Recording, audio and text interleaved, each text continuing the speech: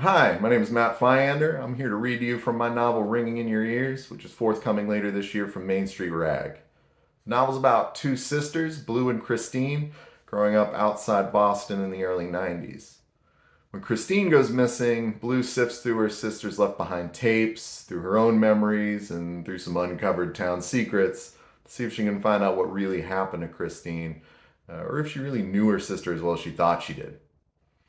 The novel starts at a Little League opening day ceremony. The mayor's about to give a speech, and Blue and her family are right there, front and center on the diamond, and everyone's there listening, even as they know nearby men are scouring the woods for signs of Christine. The microphone squealed to life, and the mayor's voice filled the field. Ladies and gentlemen, he began, can we all stand together while our very own Kathleen Gateskill sings the national anthem? Kathleen wavered on the first few notes and then settled in. Her voice carried out and away from us. I followed the sound of it, scanning the crowd as she sang. Men held hats to hearts. Some parents closed their eyes, mouthing along reverently. Some smiled at Kathleen as she sang through the dawn's early light and into the twilight's last gleaming. They took comfort in it, I think. The song they knew the ending to, the flag still there.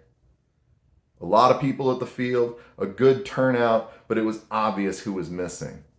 The police chief, the guys from Dorset Fire Station number 2 that always came to cheer on the Dorset Fire team.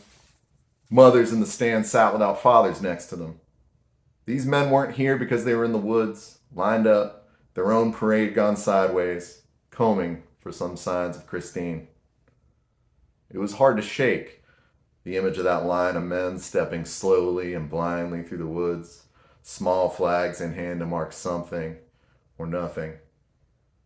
Just that morning, Police Chief McGowan stood in our doorway and asked me to find an item with my sister's scent on it.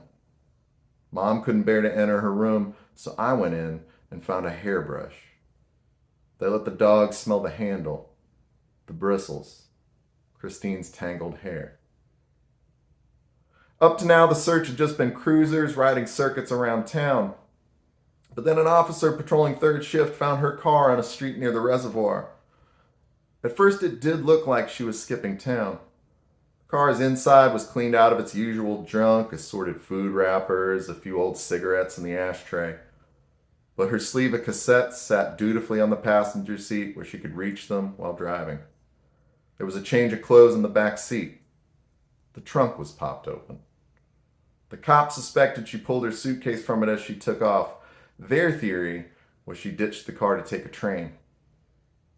At first, Mom and Dad were relieved, even annoyed, when the cops found the car.